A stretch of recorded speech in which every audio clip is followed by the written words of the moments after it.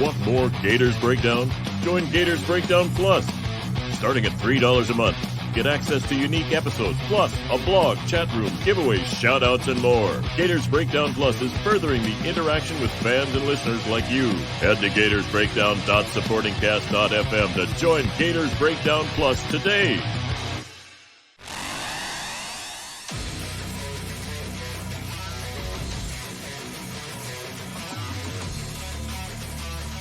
Gators Breakdown, because there's never a dull moment in Gator Nation.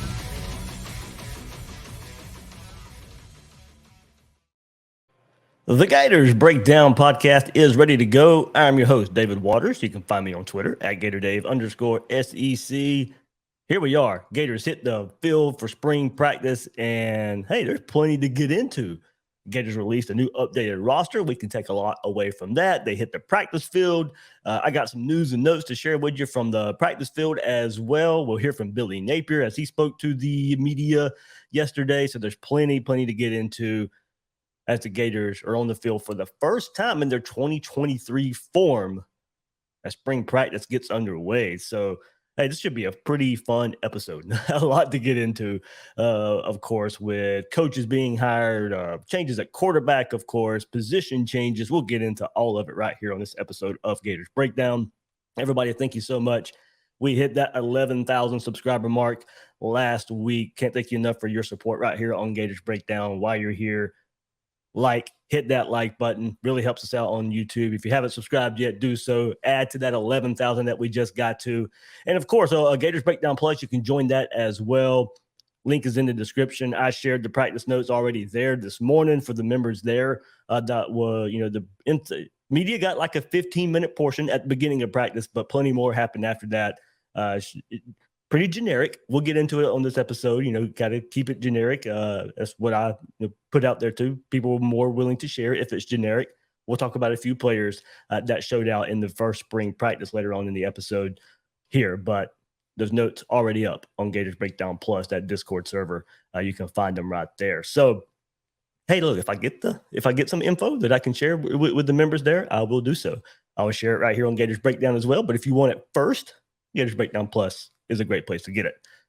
All right, here we go. Let's go to I think one of the biggest storylines, of course, all the coaching changes Florida has going on and the timeline of all that. Austin Armstrong already hired, of course, as defensive coordinator, but wide receiver coach still open. Tight end coach still open. And, we thought those hires would be made maybe before spring practice starts. Not the case. Interviews still happening this past week there. We'll get into that after you hear from Billy Napier here.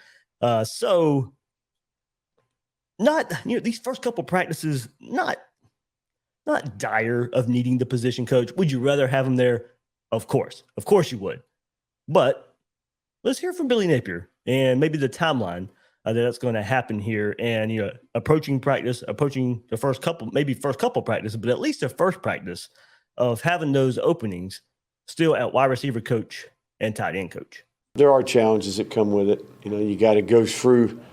I'm not just going to flip a coin and hire a guy. If we have the person in place that we think is capable, we make those moves quickly. If we don't, then we're going to be very thorough. So we're making progress in that area. We should have some news here shortly. It looks like you have some analysts though out there now. Is that how you compensate, or how do you deal with the attrition? No, I think we're built to handle the attrition to some degree. The layers that you've got in each room, whether it's an analyst or a graduate assistant or a student, whatever we have in each of those rooms. So we've been able to manage it, but still it's evident. We need a coach or two there. So, but we're going to be patient and work hard, but work smart at it. What were kind of the challenges at a defensive coordinator and filling that so quickly? How much of what you guys are running is going to be what you ran last year versus what you ran in the past, kind of meshing that together in a really short time? Yeah, no, I think we're in our tree of coaches, if that makes sense. I think Austin is well respected out there. I think the opportunities that he had this offseason is a reflection of that. But Austin was with us in the past as a graduate assistant. He came back as a position coach, and then certainly for him to get an opportunity to coordinate defense for 2 years and really do a good job. I think his reputation is good. So that one was a little simpler than the others. I think it's going to allow us to, he knows the verbiage, he understands the system, and certainly, that network of people is pretty well respected there. I think from that staff at Louisiana, I think we've got 4 defensive coordinators out there, calling defense. So, Austin has done a great job. He's hit the ground running, and so far, so good. Is there an advantage to not being a coordinator, especially as young as he is, to not also having a position room? Yeah, no, I think we still will work with the safeties. I think that, but I think we're sticking with kind of just our overall plan relative to improving the defense from an efficiency standpoint. The intention prior to, Patrick's departure was to make Corey the secondary coach. We're doing a number of other things there relative to edge players and interior defensive line. So that was the intent the entire time, and certainly we just had a coordinator change, so we'll take the same approach.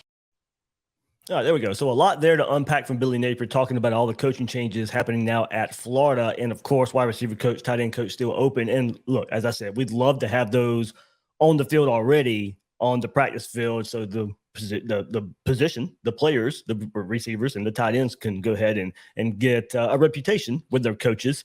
But toward the beginning, these first basic practices, not too much being lost. As I said, you don't want this to go on too long. I expect the hires to be made pretty soon. But yeah, I don't expect this to stretch out. But as Billy Napier said, you still want to hire the right guys. We're on the NFL timeline right now, so it's kind of odd to maybe, and he said that earlier too, I'd kind of have to make sure I take the best of the best there when you're talking in the press conferences, because we're only allowed to share so much. And Florida wants you to go to their websites and stuff to check out the whole things, but get limited to about 3 minutes there. So, but Billy Napier did also mention, hey, we're on the NFL timeline here. Their schedule kind of changed. So, I'm not going to rush a hire here. And they got to hire the right guy. But of course, Florida had a ton of visitors on campus this past weekend as well, even some at the wide receiver position. So of course, you'd love to have that position coach on campus with even not just on the practice field, but visits are starting to happen again now, and you'd love to have them there getting a reputation with the recruits as well. So this can't drag on too long, but also at the same time, you don't want to rush it. You want to have the right guy. And look, the Armstrong hire, as Billy Napier said, that the familiarity with him being on the Louisiana coaching staff sped this up a bit. And of course, there's starting to be a little circle here of Billy Napier, Nick Saban, Kirby Smart's coaching circle. Now, of course, Billy Napier has a long way to go to for stature-wise to be up there with those guys, but I mean, they're close. That little circle there of guys that they're interested in, guys they've coached with, guys they have developed along the way. There is a coaching circle there between Nick Saban, Billy Napier, and Kirby Smart. So Austin Armstrong thought very highly of in that coaching circle, has experience with Billy Napier on his staff. Billy Napier sent him to Georgia to learn under Kirby Smart there in 2019 in that season before, he come back to Louisiana and then headed to Southern Miss to be the defensive coordinator. So that little coaching circle there, Austin Armstrong just coming from Alabama there with Nick Saban, that sped this up. There's a reputation there that Billy Napier can trust with everybody else in that little circle. And plus, knowing Austin Armstrong sped that up a bit, but not the same necessarily right here with wide receiver coach, tight end coach. Billy Napier really going to look, wide receiver coach, he brought in Kerry Colbert. Not really, there was a connection, but a very small connection, not like you saw there with Patrick Toney and Austin Armstrong recently, and that hire. So Pigler as well, not a huge connection, but a small connection there as well. So we'll see where this goes as far as the future wide receiver coach and tight end coach. Does Billy Napier go with somebody who he's had a lot of experience with, or is it kind of like a Kerry Colbert, William Pigler hire, where there may be some small connection, maybe no connection at all to make these hires. But Billy Napier wants to make the right hire at wide receiver coach, tight end coach, not necessarily, okay, scramble, let's bring somebody in to at least make sure they're there for the first spring practice. Maybe, you heard Billy Napier say it, something should be coming soon on those hires. As far as wide receiver coach, I know some names came out late last week. We talked about it on Gators Breakdown Plus a good bit, but we'll go through the list here. Probably hire going to be made through this group of names: Taylor Stubblefield, Joe Daly, Tony Sorrentino, Joe Filani, Billy Gonzalez, Ike Hilliard, Dallas Baker seems to be the names that are thrown out there. Those guys have been interviewed for the job. They've been on campus, some on campus, some just on Zoom. So your wide receiver coach probably going to come from that group of names I just hired or that I just mentioned right there. So we'll go, we'll see. We can either break those down later or just break the hire down. I know more in spring practice mode right here. But those are the names others are hearing. I'm hearing as well separately for the wide receiver coach hired there for the Gators. And we'll see what happens at tight end coach as well. So, all right. There we go. Latest on coaching hires there for Florida as they hit the spring practice field. Short 2 coaches, grad assistants. And look, there's a reason you hire an Army out there at Billy Napier for things that happen like this. You have plenty of bodies, plenty of grad assistants, plenty of coaches out there to go out there and make a transition. And we'll see how long that transition takes. Hopefully not much longer. We'll be talking about some hires this week for wide receiver coach and tight end coach. I'd expect the hires to be made this week. That's just an assumption. That is more a guess than anything. But look, it's got to be an educated guess, right? We know this isn't going to go on too long. I expect them to be hired in the coming days.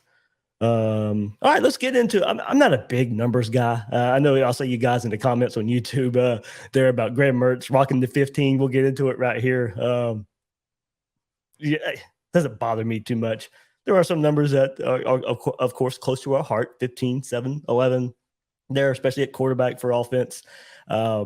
But some new numbers for the Gators because of freshmen and transfers there. So we'll go through. If you're watching YouTube, I'll throw up the graphic right here. But yeah, there's your new numbers for freshmen and transfers. If you're a numbers guy, but Sharif Denson, we'll go in number order here, taking over for 0, trading 0 last year. Of course, Sharif Denson gets that 0 number there. Jakeem Jackson, number 2, of course, a freshman. Andy Jean gets number 6. Will Norman, another freshman on defensive line, rocking number 9. Hey, Jervon Dexter. Last year, number 9 on the defensive line. Hey, we'll go transfer that to Will Norman. So maybe 9 is just a defensive lineman number now. Kelby Collins rocking number 11 on defense. And notice there, we'll kind of get into it, but listed as an edge is one Kelby Collins. So there's some position groups to talk about here on this episode as well. But we'll start with numbers here just as we go. Number 11 on offense is wide receiver Aiden Mizell. Aaron Gates, cornerback, another true freshman, rocking the 13. Jordan Castell rocking number 14, another defensive back there. As I mentioned previously, Graham Mertz rocking the number 15. Tim Tebow, of course. Anthony Richardson last year. Graham Mertz rocking the number 15 as he transfers in from Wisconsin. Defensive back Bryce Thornton, true freshman, rocking number 18. TJ Searcy, number 19. They got him listed as an outside linebacker here. But, of course, we'll get into that. More detail coming up there.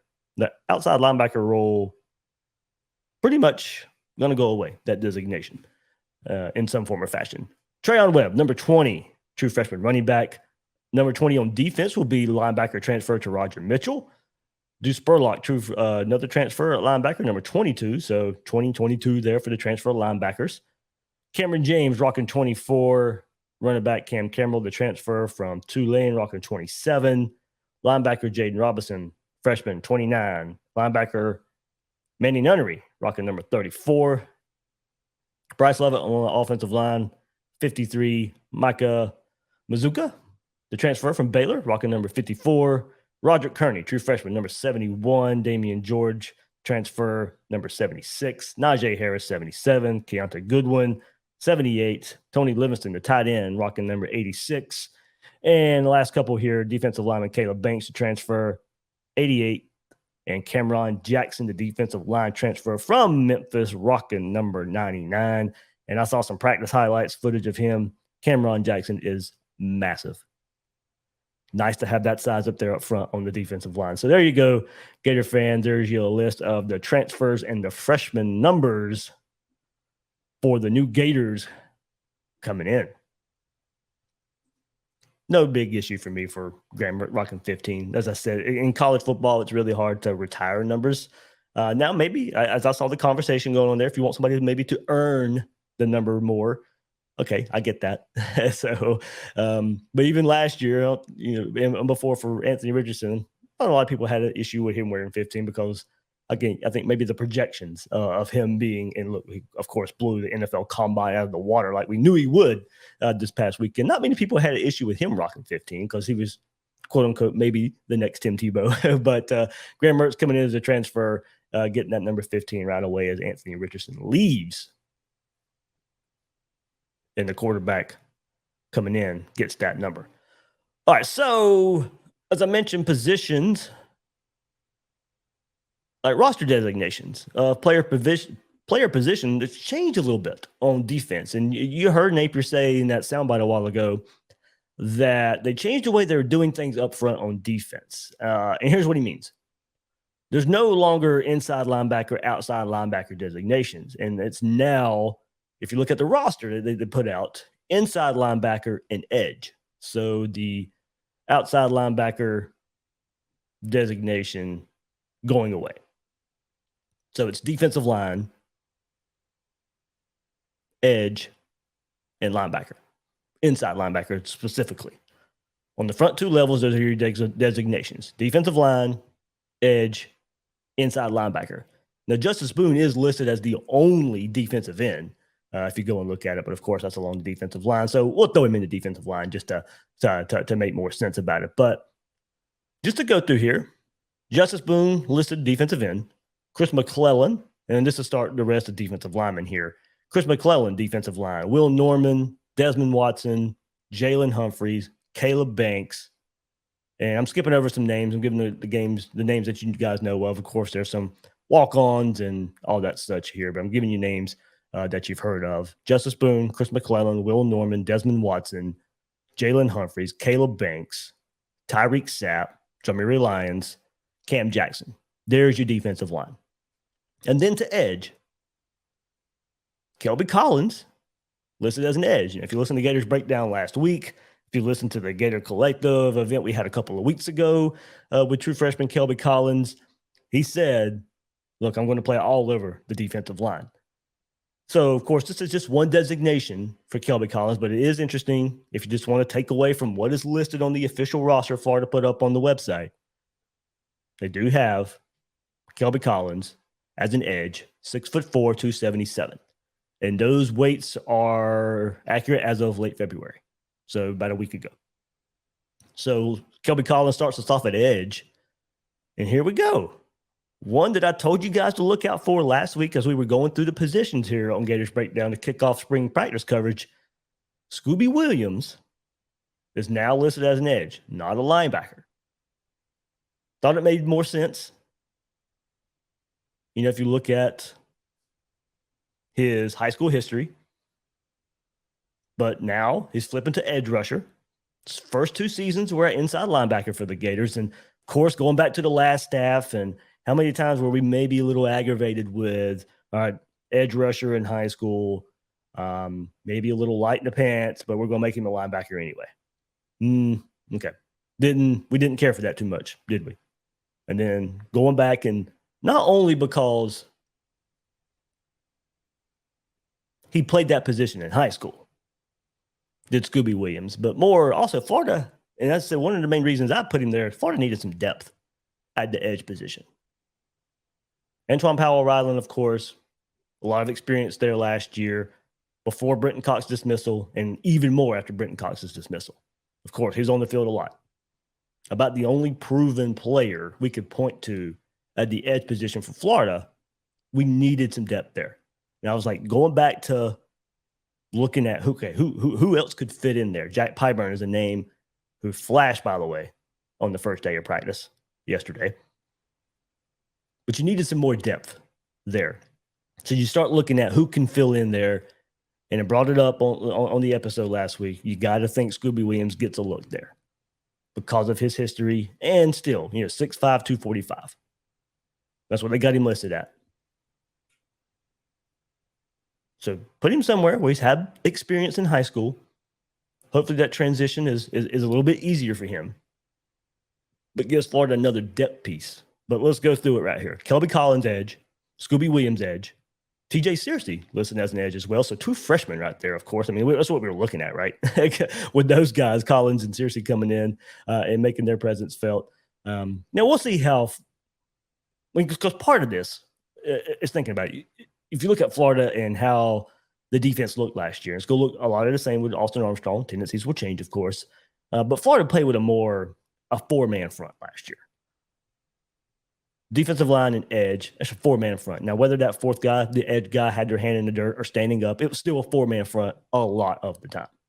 And your 2 linebackers, mostly, last year, Bernie, Miller, James, kind of rotating in there a bit. But it was mostly a 4-2 front. Kelby Collins, Scooby Williams, TJ Searcy, Cameron James listed as an edge, Princely Uman-Yellen listed as an edge, Jack Pyburn, Antoine Powell-Ryland. So there's your edge players Florida put in that designation for the roster. Getting rid of that outside linebacker, because it was edge / outside linebacker / jack. I mean, so many designations there for some of those guys. So I think those are guys, the defensive linemen that I listed and the edge players that I listed, expect those guys. That's your front 4 for the Gators in most scenarios. So let's go to see who they have now listed at inside linebacker. Names you're going to know, names you'll put together, of course. Shamar James, inside linebacker. Derek Wingo. Saw him in a non-contact jersey, but he was out there yesterday. We were wondering how much he would be taking part in spring practice. If you look at the image, that's the title image of this episode on YouTube, you'll see Derek Wingo right there in a black non-contact jersey like the quarterbacks are. Shamar James, Derek Wingo, Taraja Mitchell, Deuce Spurlock, Jaden Robinson, Manny Nunnery, Justin Pellick. So there you go. There's your inside linebackers there for Florida. I mean, the ones we're expecting so much more out of this year, of course, Shamar James, Derek Wingo, Taraja Mitchell, Deuce Spurlock, Jaden Robinson, Manny Nunnery. 1, 2, 3, 4, 5, 6 names right there. Florida going, starting you 2 and 2 more behind your starters. When you look at it, I mean, looking at that list and how they got it, Shamar James, Wingo, Mitchell, Nunnery, your top 4 maybe? With then Deuce Spurlock and Jaden Robinson being, the younger guys, the redshirt freshmen there, and Deuce Spurlock, Jaden Robinson, the true freshman. Rounding out the 6, but there you go. Well, I thought that, certainly noteworthy of how Florida changed those designations on the roster.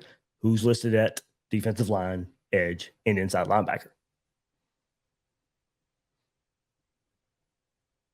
One more position change I think we should all be aware of.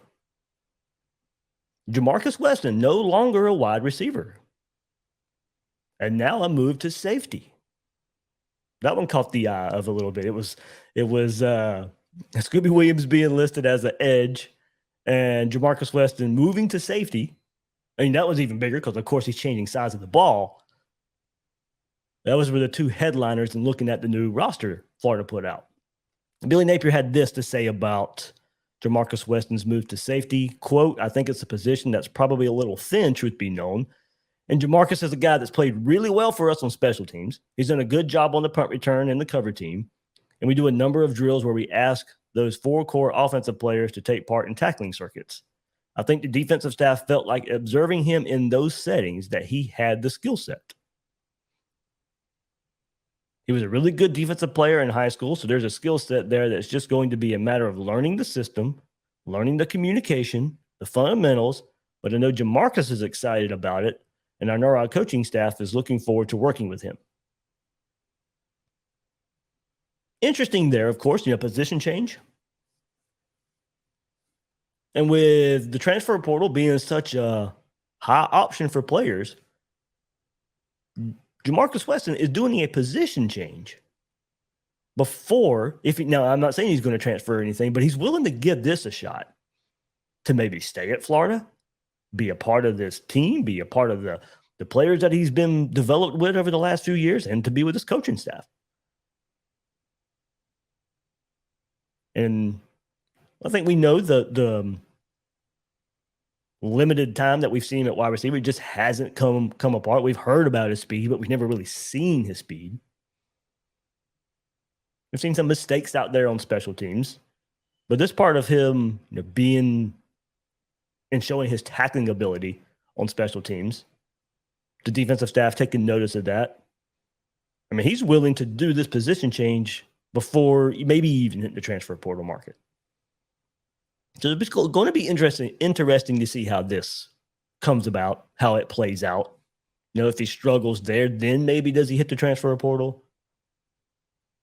But interesting that the staff sees something there for him at safety and that he's willing to change positions, not necessarily hit the transfer portal and go play wide receiver somewhere else. He wants to be a Florida Gator. He wants to change positions. And we'll see where it goes from there.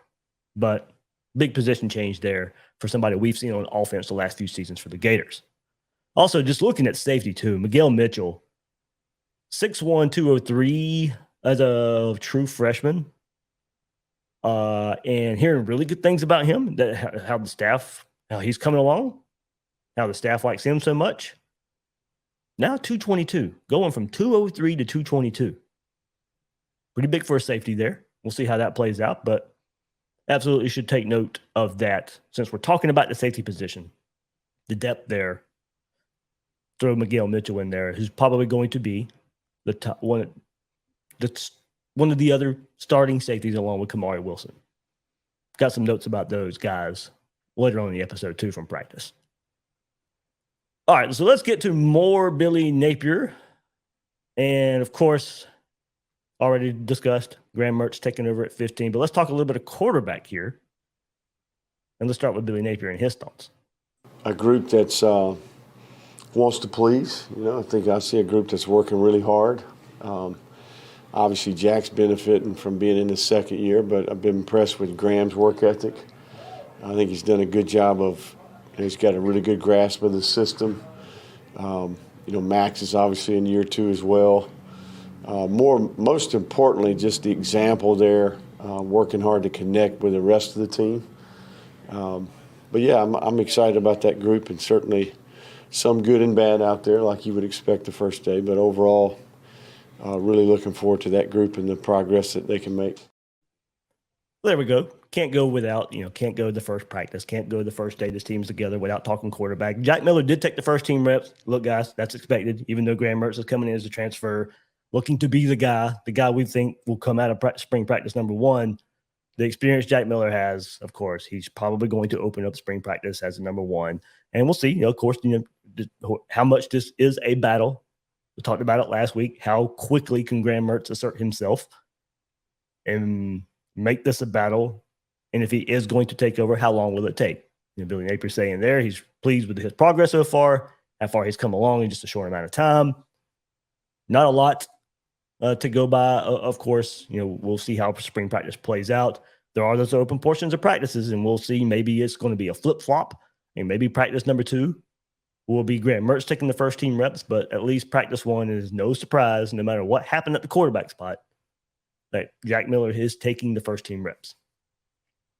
So there's a little bit of quarterback talk. Not a whole lot to share there. Both guys look okay. As you heard Billy Napier say on the first day, there's going to be some bumps in the road on day number 1. Other notes from the presser before I get into the practice notes and stuff. Billy Napier was asked, where do you hope or where do you expect to see the biggest jump in year 2? Because he says, quote, I think probably the biggest thing you start is in a different place from knowledge standpoint, a communication standpoint, a set of fundamentals at every position. So you got a core group of veteran players that walk out here the first day. You put the ball down, they don't blink, right? So not necessarily what to do, but now it's how to do it. Why do we do it that way? I also think the players will benefit from all parts of the organization being in the second year. I'm going back and looking at my notes from the previous year. Need multiple pages to get all those things fixed. I think we're starting in a different place. It's ultimately from a system standpoint, offense, defense, game changers. It's like you've moved to a new country and learned a new language last year, Now you've been living in the country for a while, so you're a little more fluid, and you all of a sudden you start the process a little bit quicker. You anticipate better, you play faster, you get more production. We still have 27 brand new scholarship players out there, but overall, veterans and then a group of rookies that I think bring some things to the table. And lastly, he was asked, we have a new offensive line coming out here with this dynamic running game. So what's the timeline for this offensive line to gel and get ready for the season? Quote, that's probably one of the things I'm most excited about. Line of scrimmage players in particular, all the mid-year players, I think, make us better. And then we've got a good core group when you think about it offensively. Austin, Kingsley, Richard, Leonard. I think guys like Slaughter, we're in year 2. Herman's in year 2. And then here comes all the rookies, the freshmen and the transfers. Defensively, feel kind of the same way. A good-looking group of portal players out there, 10 of them. So there you go. Billy Napier talking about how excited he is about that dynamic running game, gelling with this offensive line, excited about those scrimmage players. A lot of experience there, not necessarily on this Gator roster, but, not a lot of new young faces. Guys who have played a lot of ball, maybe elsewhere, but they're coming in, hopefully, plug and play along the offensive line. Now, of course, first couple of days of spring practice, you're not going to get a whole lot of trench play. Not going to be a whole lot of physicality there between the offensive line and the defensive line. Of course, you got to have this little warm-up period of getting accustomed to back to practice again. A little bit of underwear practice out there right now to start off spring ball. But that's where it's at right now. All right, so going to share a little bit of practice notes for you that was sent my way. I asked around. And 2 separate conversations here. Here's the first one. On offense, for me, Mertz, Etienne, Gene, Douglas, Leonard, Barber all look good. On defense, we only saw one-on-ones once the rain started, and they moved inside. Princely, Banks, Searcy, James looked the part. Didn't watch defensive back, so cannot comment much. And then a separate. Arliss is the problem. He can't be guarded. That is one tight end, Arliss Boardingham. Gene is ready to play now. 2 touchdowns yesterday. Shamar, Trev, all conference guys. Will Norman, TJ, Caleb, all studs. Jakeem Jackson picked one off. Cam Carroll is a giant. The running back transfer there from Tulane. Offensive line finally looks like it should be in the SEC. Have an average of 6'5", 330. Mertz and Miller both threw it well. Kamari always around the ball. Miguel got a pick by jumping a skinny post over the middle. Kelby, Jack Pyburn had some real nice one-on-one reps. Pyburn put Keonta on skates with a swim move. So there you go. Some nice notes from day 1 of practice. Don't take that too far. Don't take too much. That is one practice and very generically given on purpose like that. But of course, the one name I'm going to bring up, Arliss Boardingham. You guys listen to Gators Breakdown. I tried to kind of foreshadow as much as I could all that I was hearing about him a year ago and how excited the staff was about him at the tight end position this year. He's going to be a problem. I've seen it now. I've heard it too many times. Arliss Boardingham is if we're going to look for a breakout player, I'm going to go ahead and put the label on it. So, look, we get in trouble all the time with that, with young players, with spring players. It happens. Hopefully not here. I've heard too much here with Arliss Boardingham. Of course, not a highly recruited guy, but out of the state of California last year, dealt with some injuries. Started hearing whispers about it last year. And there was one player they were really looking forward to developing and getting on the field this spring and seeing what he could do already day 1. As I said, it's hard to know what to take away from a generic report. I kept it generic on purpose. Don't want to be getting in trouble, sharing too much out there. But as far as, we're not going into great detail here. But Arliss Boardingham, tight end, be on the lookout. Andy Jean, of course, both of sources there. throwing it out. Andy Jean's going to be an issue, going to be a problem. Can he be the Trevor Etienne this year? Can he be the true freshman offensive player that's just going to go from game one? Now, I'm not going to sit here and say if he doesn't do it game one, we should all be disappointed, but will he be something similar to that? Is that one player by the time the end of the season rolls around? Hey, there's the freshman we're all excited about, and he's going to be making plays for years to come. Andy Jean may be getting that label a little bit early.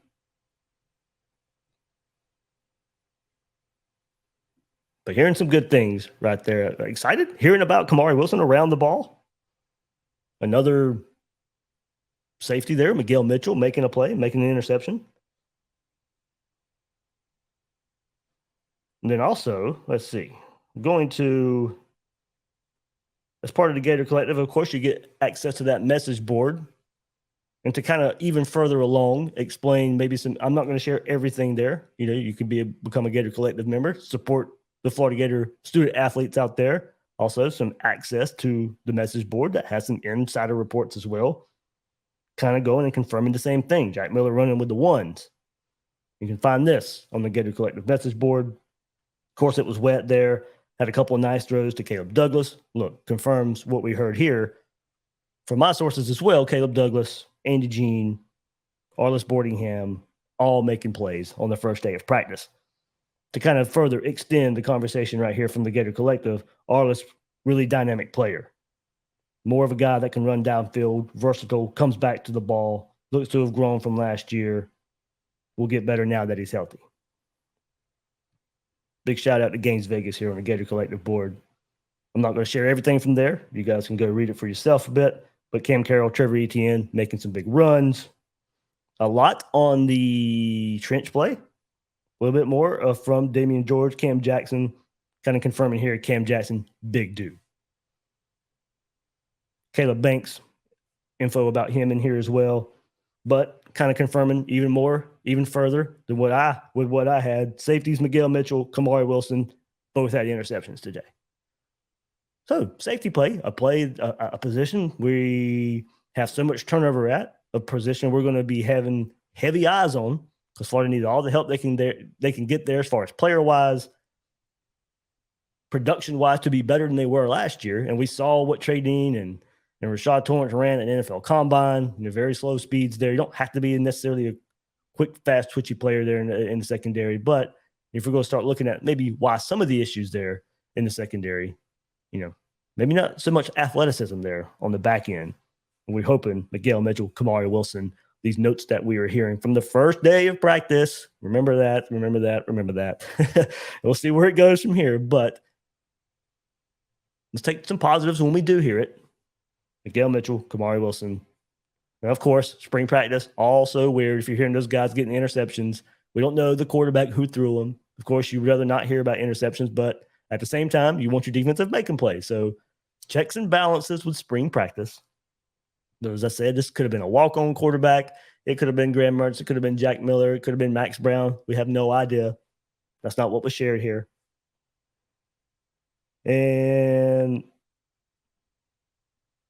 one guy that looks like a man, Kelby Collins, shares even more about that right there on the Gator Collective message board as well. So, all right, good stuff there from the first day of spring practice for these Gators. There you a little bit of inside practice notes. Want even more? Join the Gator Collective. Hit that message board there. Or Gators Breakdown Plus. I'll share what I have. Mostly right before we go live. Mostly right before I put the podcast out so it doesn't get out there everywhere else. And you hear it somewhere else first. But got to protect the brand a little bit. But there we go. Spring practice underway for the Gators. I think lots to be excited about. We should be at this point. I know we can hold some expectations in check as well. We'll see what all this means come fall time. But hey, if there's some one time to be hopeful, a little more optimistic, when we hear some good things, we'll share them. But look, if there's one time to be positive, optimistic, it's now. But I'm going to also tell you, if I hear it the other way, guys, I won't shy away from that, but that's what was put my way from yesterday and today regarding spring practice number 1 for the Gators, getting it ready, getting it started for Billy Napier's second year. So, all right, that will do it for this episode of Gators Breakdown, everybody. See Cooper asking, is there a practice today? No, I believe the next one is Tuesday. I think that's the next. That is the next media portion and press conference. So should be Tuesday, I would think. All right, there we go. That'll do it for this episode of Gators Breakdown. I'm your host, David Waters. You can find me on Twitter at GatorDave_SEC. Guys and girls out there, thank you for joining me on this episode of Gators Breakdown.